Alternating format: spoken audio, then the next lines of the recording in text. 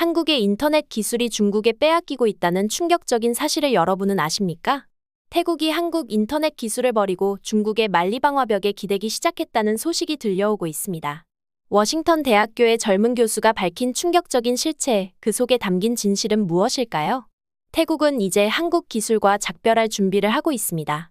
중국의 검열 시스템을 도입하면서 모든 한국 통신 장비를 제거하고 있어요. 수년간 쌓아온 협력 관계가 하루아침에 무너지고 있습니다. 대체 태국에서 무슨 일이 벌어지고 있는 걸까요? 한국의 디지털 미래가 위협받는 순간, 태국은 왜 중국 쪽으로 돌아서게 됐을까요? 제 이름은 자릴리스 프라도스예요. 저는 지난 10년 동안 동남아시아 여러 나라들이 인터넷을 어떻게 통제하는지 연구했었어요. 워싱턴 대학교에서 일자리를 얻었을 때, 저는 한 수업이 태국의 기술 미래에 대한 제 생각을 바꿀 거라고는 전혀 생각하지 못했었습니다. 평범한 화요일 아침에 저는 하퍼 교수님의 교실로 걸어 들어갔어요. 교수님은 칠판에 두 단어를 썼었죠. 민주주의와 공산주의. 대부분의 학생들은 지루해 보였지만 저는 똑바로 앉았어요. 저는 항상 다른 나라들이 어떻게 정부를 운영하는지 배우는 것을 좋아했었습니다. 민주주의는 여러분이 지도자를 선택하게 해줘요. 자신의 생각을 말할 자유를 주고 정부를 비판할 수 있게 해주죠. 하퍼 교수님이 설명했어요. 이런 권리들은 우리가 당연하게 여기는 것들이에요. 공산주의 국가에서는 한 정당이 모든 것을 통제해요. 뉴스, 돈, 심지어 일상생활까지. 북한, 중국, 쿠바 같은 곳들을 생각해보세요. 제 뒤에서 누군가, 그래서요? 라고 속삭였지만 저는 이미 그 주제에 푹 빠져 있었어요. 하퍼 교수님은 계속 말씀하셨어요. 오늘은 한 특정 국가에 대해 이야기하고 싶어요. 화면에는 태국 국기가 보였습니다. 태국은 민주주의적 아이디어가 있는 입헌군 주제예요. 국왕이 있지만 민주적인 규칙도 따르죠. 정말 흥미로운 점은 태국이 최근에 어떻게 변화하고 있느냐는 것입니다. 제 심장이 빨리 뛰기 시작했어요. 이건 지루한 이론 수업만은 아닐 것 같았습니다.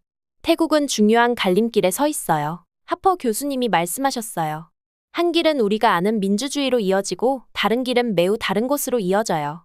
오늘 우리는 인터넷 자유에 특별히 주목할 필요가 있습니다. 화면이 바뀌어 여러 나라가 빨간색으로 표시된 세계 지도가 나왔어요.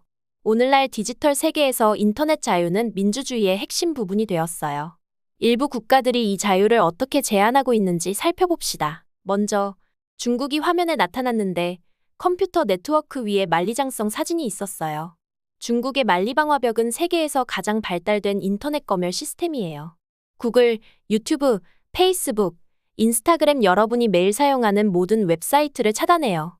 대신 시민들이 정부가 감시할 수 있는 현지 서비스를 사용하도록 강요하죠. 제 옆에 있는 학생이 조용히 숨을 들이켰어요.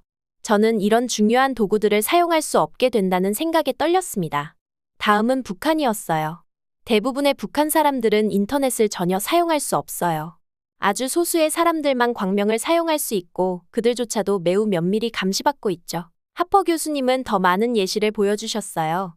이라는 정부를 비판하는 웹사이트를 차단하고 있었고 러시아는 우크라이나 전쟁 이후 페이스북과 인스타그램을 차단했으며 사우디아라비아와 UAE는 정치적 비판이 담긴 웹사이트를 검열하고 있었습니다. 교실이 조용해졌어요. 제 마음은 질문으로 가득했죠. 이런 나라들의 사람들은 어떻게 진실을 알아내나요? 어떻게 자유롭게 대화할 수 있을까요? 그때 화면이 태국으로 바뀌었어요. 태국은 아직 이런 수준에 도달하지 않았지만 걱정되는 징후들이 있어요. 교수님은 태국의 사이버보안법에 관한 최근 뉴스를 보여주셨습니다. 이 법들은 온라인 안전을 위한 것이라고 하지만 정부 비판을 막는 데 사용될 수도 있어요. 저는 손을 들었어요. 태국이 중국이나 북한처럼 될 수도 있다는 말씀인가요? 하퍼 교수님은 깊은 숨을 들이쉬었어요. 네. 태국은 매우 중요한 전환점에 있어요. 이대로 계속된다면 인터넷 자유가 심각하게 제한될 수 있어요. 중국과 태국의 기술 협력 관계가 커지고 있는 것이 특히 우려됩니다. 중국이 직접 다른 나라의 인터넷 자유를 빼앗은 적이 있나요? 하퍼 교수님이 학생들에게 물었어요. 생각해본 후 저는 중국이 직접 다른 나라의 인터넷을 차단했다는 얘기를 들어본 적이 없다는 걸 깨달았습니다. 직접적으로는 아니에요. 하퍼 교수님이 대답했어요. 중국은 직접적으로 다른 나라의 인터넷 자유를 제한한 적은 없어요. 하지만 그는 잠시 멈추었습니다. 중국은 검열 기술과 감시 시스템을 다른 나라들에 판매하고 있어요. 특히 독재 정권이 인터넷을 통제하는 것을 돕고 있죠. 화면이 바뀌어 또 다른 세계 지도가 나왔는데 이란, 러시아, 베네수엘라 같은 나라들이 빨간색으로 강조되어 있었어요. 이들은 모두 민주주의가 적고 언론 자유가 제한된 곳들로 중국의 감시 기술을 구입했었습니다. 스마트 감시 시스템은 AI 기반 얼굴 인식 기술을 사용하고 행동 패턴을 추적하며 소셜미디어를 감시하여 신장 지역의 위구르족을 감시하는 데 사용되는 것과 같은 기술이에요. 제가 더 자세한 설명을 요청했을 때 하퍼 교수님이 설명해 주셨어요. 교실 전체가 조용해졌어요.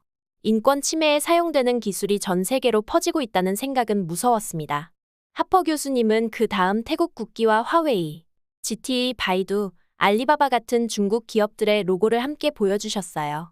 교수님의 모든 설명이 태국을 가리키고 있다는 것을 느끼며 저는 몸이 차가워졌습니다. 국제 뉴스에 따르면 태국 정부가 중국 인터넷 기술을 사용하는 것을 고려하고 있다고 해요. 하퍼 교수님이 말씀하셨어요. 방콕의 화웨이 5G 안테나 사진이 화면에 나타났습니다. 화웨이의 5G 네트워크가 태국에서 빠르게 성장하고 있어요. 이 나라는 중국 기술에 더 의존하게 되고 있죠. 한 학생이 손을 들었어요. 그게 왜 나쁜가요? 더 빠른 인터넷이 좋은 것 아닌가요? 하퍼 교수님은 고개를 끄덕이셨어요. 좋을 수도 있어요. 하지만 문제는 누가 기술을 통제하고 어떻게 사용하느냐는 거죠. 다음 슬라이드는 중국 감시 카메라가 설치된 태국 정부 건물들을 보여주었어요. 보고서에 따르면 태국의 디지털 경제부는 중국의 안전도시 프로젝트를 기반으로 한 중국식 인터넷 감시 시스템을 연구하고 있다고 해요. 저는 혼란스러웠어요. 안전도시라니 좋게 들리는데요. 이름은 좋게 들리지만 이 시스템은 AI 얼굴 인식 카메라를 사용하고 인터넷 트래픽을 감시하여 시민들의 모든 움직임을 감시하기 위한 도구죠. 하퍼 교수님이 설명해 주셨어요. 화면이 바뀌어 태국의 총리를 보여주었어요. 프라윕 찬오차 총리는 특히 경제와 기술 분야에서 중국과의 관계 강화에 집중해왔어요. 태국 전문가들은 그의 친중국 입장이 태국이 중국식 인터넷 통제 모델을 채택할 가능성을 높인다고 우려하고 있습니다. 저는 조용히 손을 들었어요. 이미 결정된 건가요? 태국 시민들은 어떻게 생각하나요? 하퍼 교수님은 깊게 한숨을 쉬셨어요. 아직 확정된 것은 없지만 매우 걱정스러운 징후들이 나타나고 있어요. 태국 시민들, 특히 젊은 사람들은 이런 변화에 맞서 싸우고 있지만 상황은 점점 더 심각해지고 있습니다. 만약 태국이 공식적으로 화웨이의 5G 네트워크를 국가 시스템으로 채택하면 어떻게 될까요? 하퍼 교수님이 물으셨어요. 먼저 기존 서방 기업들의 장비가 제거될 가능성이 높아요. 화면에는 삼성, 퀄컴, 노키아의 로고가 하나씩 사라지는 모습이 보였습니다. 현재 태국의 통신은 여러 나라의 기술을 사용하고 있어요. 한국은 태국의 디지털 인프라에 많은 도움을 주었죠. 삼성의 장비가 태국 4G 네트워크의 대부분을 차지하고 있고 한국 기업들은 방콕의 스마트시티 프로젝트의 기술 지원을 제공했었습니다. 만약 태국이 화웨이와 독점 계약을 맺는다면 이 모든 장비는 중국 제품으로 교체될 거예요. 한국과의 오랜 협력에도 불구하고 프라윕 총리는 중국과 협력하기로 선택했습니다. 그게 가능한가요? 모든 것을 교체한다고요? 한 학생이 물었어요. 완전히 가능해요. 중국은 이미 여러 아프리카 국가들에서 비슷한 프로젝트를 수행했었고 좋은 가격과 빠른 설치를 제공했었죠. 하퍼 교수님이 확인해 주셨어요. 다음 슬라이드는 중국을 중심으로 한 네트워크 다이어그램을 보여주었어요. 결과적으로 태국의 모든 인터넷 인프라는 중국 기술에 전적으로 의존하게 될 거예요. 하드웨어뿐만 아니라 소프트웨어 유지 보수와 업데이트도요.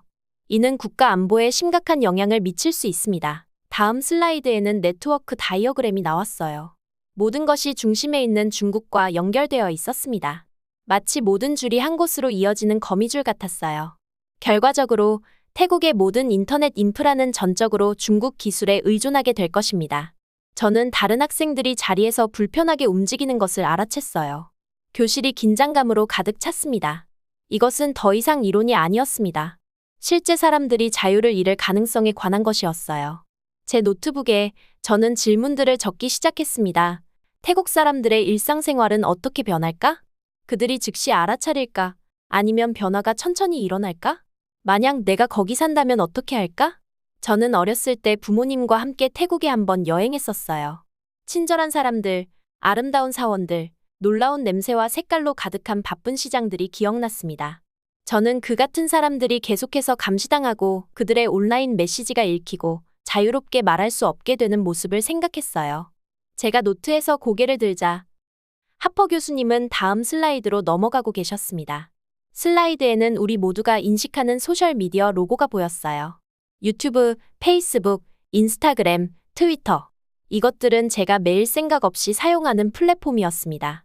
태국에서는 이들이 곧 사라질지도 모르죠. 태국 사람들에게 미래는 불확실해 보였어요. 그들의 나라는 디지털 갈림길에 서 있었고 그들의 지도자들이 선택하는 길은 수백만 명의 삶에 영향을 미칠 것입니다. 저는 그들이 무엇을 포기하게 될지 이해하고 있는지 그리고 다른 길을 선택할 시간이 아직 남아있는지 궁금했어요. 저는 하퍼 교수님이 민주주의와 공산주의를 칠판에 적으며 수업을 시작했던 것을 기억했습니다. 이제 저는 왜 이 수업이 그렇게 중요한지 이해했어요. 이것은 단지 기술에 관한 것이 아니었습니다. 자유 그 자체에 관한 것이었어요.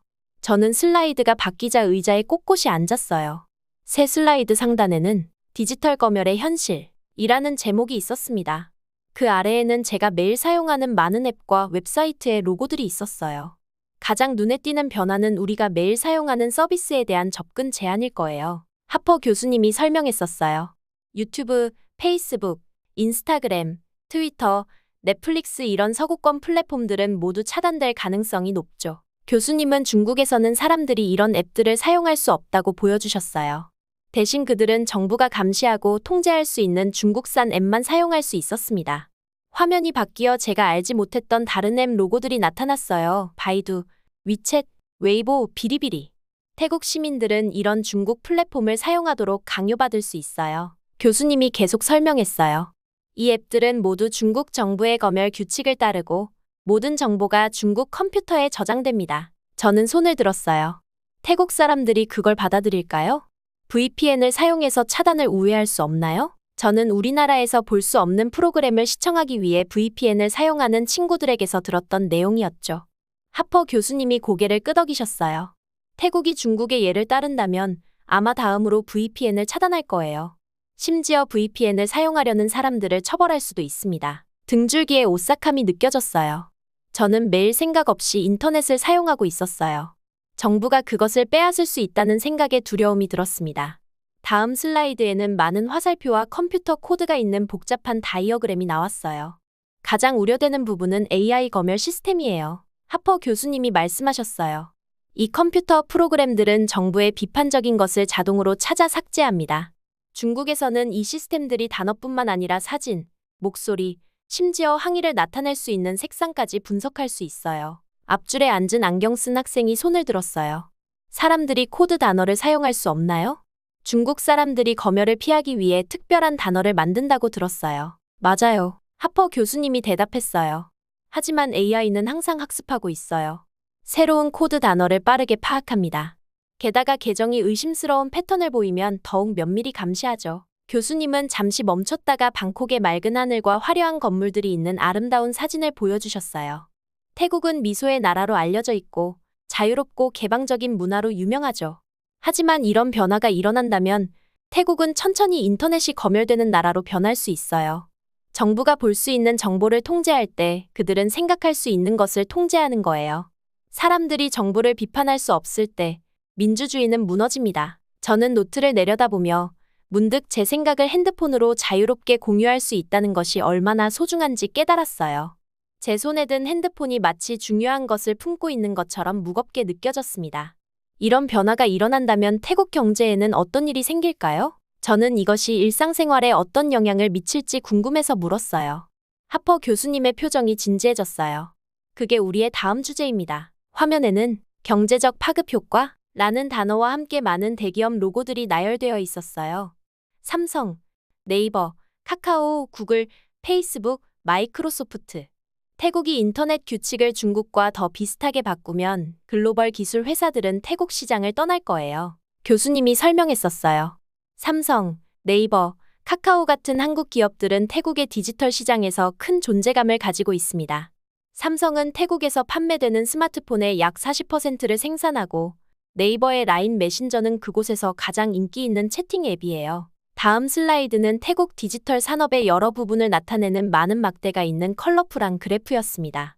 더 큰 문제는 미국과 유럽 기술 회사들이 태국에 투자하는 것을 중단할 수 있다는 거예요. 구글은 방콕에 큰 데이터 센터를 건설할 계획이었지만 이런 변화가 일어난다면 아마 그 계획을 취소할 겁니다. 창가 근처에 앉아있는 긴 머리의 여학생이 손을 들었어요. 왜 이 회사들이 떠나죠? 웹사이트가 차단된다고 해서 사무실을 닫아야 하나요? 하퍼 교수님이 진지하게 그녀를 바라보셨어요. 중요한 질문이에요. 회사들이 떠나는 주된 이유는 데이터 보안과 기업 비밀이 도난당할 것을 걱정하기 때문이에요. 중국의 인터넷 통제 시스템은 종종 회사 정보에 접근할 수 있는 백도어를 요구합니다. 화면에는 해커들이 정보를 훔치는 것에 대한 신문 헤드라인이 나왔어요. 중국은 여러 차례 한국 기업의 기술을 훔치려고 시도했다고 보고됐어요. 2018년 삼성의 폴더블 디스플레이 기술, 2020년 SK하이닉스의 칩 제조 공정, 2022년 네이버의 AI 알고리즘을요. 저는 눈이 커지는 걸 느꼈어요. 이것은 단순히 소셜미디어와 동영상에 관한 것이 아니었어요. 이것은 한 나라의 기술 전체의 미래에 관한 것이었습니다. 결과적으로 태국의 디지털 산업은 중국 기술에 완전히 의존하게 될 수 있어요.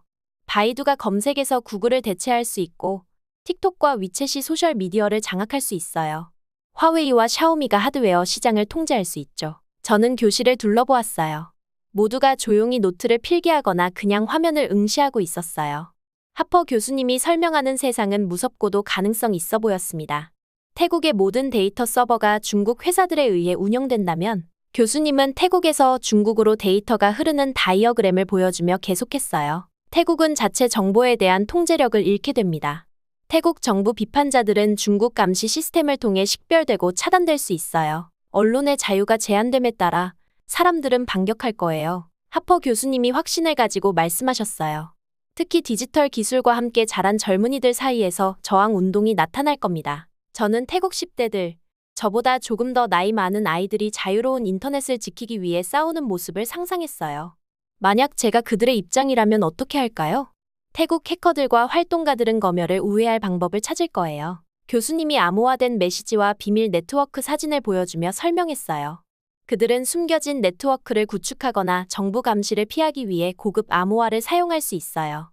태국에는 실력 있는 해커가 많습니다. 제 앞에 앉은 남학생이 물었어요. 정부가 이길까요? 아니면 저항이 이길까요? 하퍼 교수님이 깊은 숨을 들이쉬었어요. 안타깝게도 정부는 아마도 더 강력한 통제로 대응할 거예요.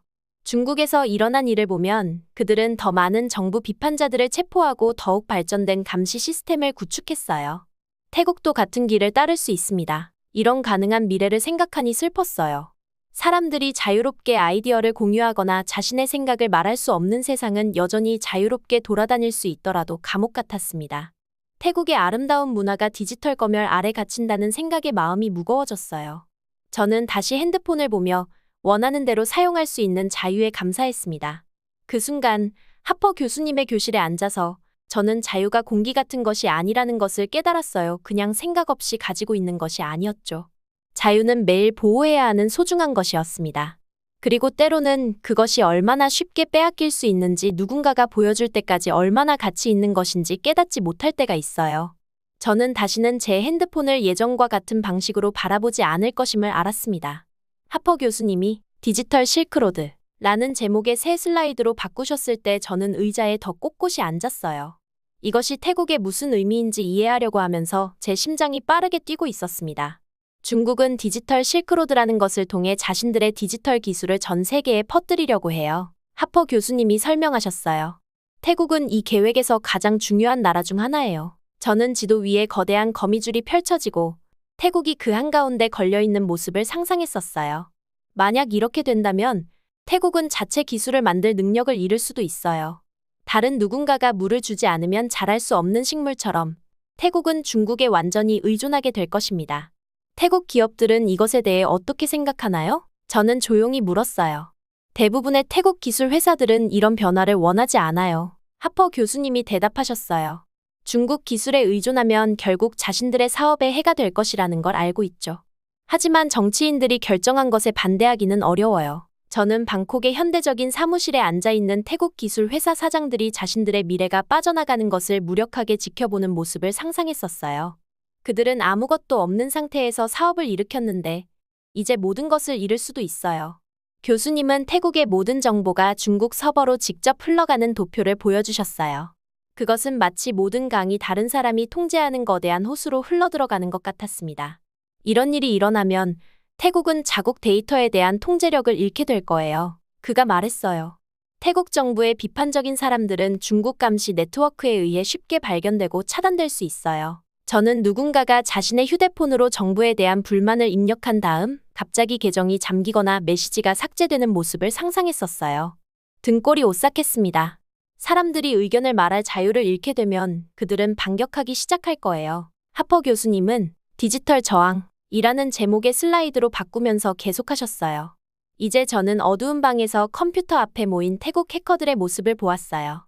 카페에서 비밀 메시지를 주고받는 젊은이들, 서로에게 온라인 활동을 숨기는 방법을 가르치는 대학생들, 태국 해커들과 활동가들은 검열을 피할 방법을 찾을 거예요. 하퍼 교수님이 말씀하셨어요. 그들은 비밀 네트워크를 구축하고 특별한 코딩을 사용해 잡히지 않도록 할 거예요. 태국에는 실제로 매우 능숙한 컴퓨터 전문가들이 있어요. 저는 이 디지털 투사들이 자유를 지키기 위해 일하면서 키보드를 두드리는 소리를 거의 들을 수 있을 것 같았어요.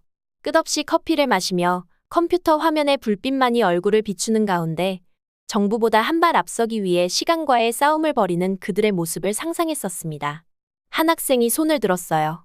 결국 누가 이길까요? 정부인가요?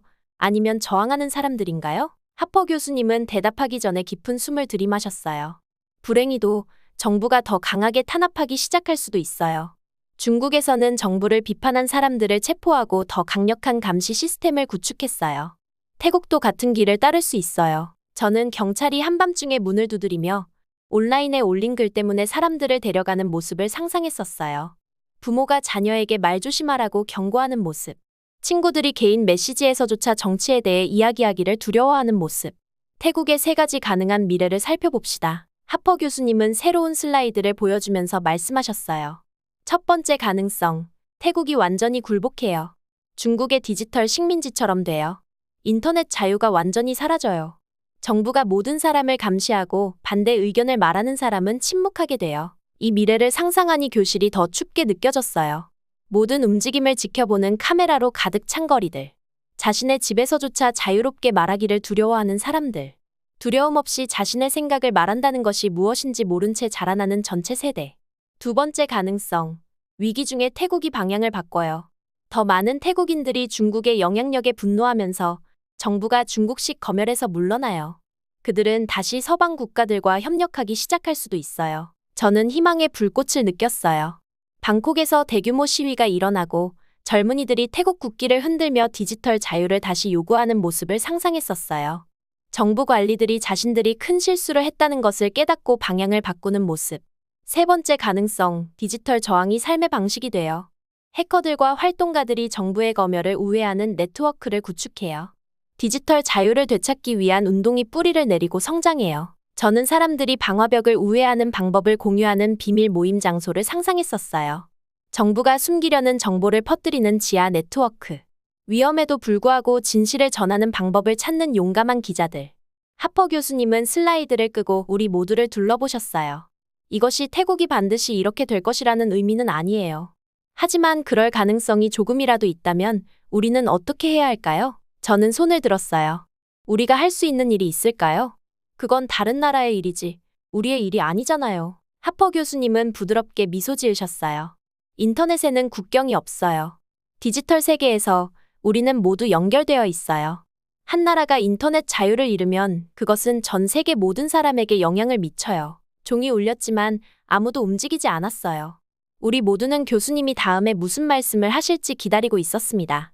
우리가 당연하게 여기는 자유는 항상 보호되어야 한다는 것을 기억하세요. 그가 마침내 말씀하셨어요. 오늘의 이야기가 여러분이 그것을 기억하는 데 도움이 되길 바랍니다. 수업 후 저는 이상한 기분으로 캠퍼스를 가로질러 걸었어요. 저는 휴대폰을 꺼내 소셜미디어에 제 생각을 올렸어요. 아무도 저를 막지 않았어요. 아무도 제 어깨 너머로 지켜보지 않았어요. 아무도 제 말을 지우지 않았어요. 그 순간 저는 제가 얼마나 운이 좋은지 깨달았습니다. 만약 태국의 사람들, 특히 제 또래의 젊은이들이 이 자유를 잃는다면 어떨까요? 만약 더 이상 아무도 그들의 목소리를 들을 수 없다면 어떨까요? 그 생각은 제 가슴을 아프게 했어요. 그 한 번의 강의를 통해 저는 자유가 우리가 숨쉬는 공기처럼 그냥 있는 것이 아니라는 것을 이해했어요. 그것은 우리가 매일 보호해야 하는 소중한 것입니다. 기숙사로 걸어가면서 저는 한 가지 생각을 멈출 수 없었어요. 태국은 자국의 미래뿐만 아니라 아마도 다른 나라들의 미래도 바꿀 수 있는 갈림길에 서 있다는 것. 하퍼 교수님이 설명한 디지털 장악은 태국만의 문제가 아니었어요. 그것은 우리가 지금 가지고 있는 자유를 보호하지 않으면 무슨 일이 일어날 수 있는지에 대한 모든 사람을 위한 경고였습니다. 저는 다시 제 휴대폰을 내려다보며 갑자기 그것을 다르게 보게 되었어요. 그것은 더 이상 그냥 기기가 아니었어요. 그것은 세상에 말할 수 있는 창, 진실을 위한 도구, 목소리를 낼 수 있는 방법이었어요. 그리고 저는 다시는 그것을 당연하게 여기지 않겠다고 스스로에게 약속했습니다.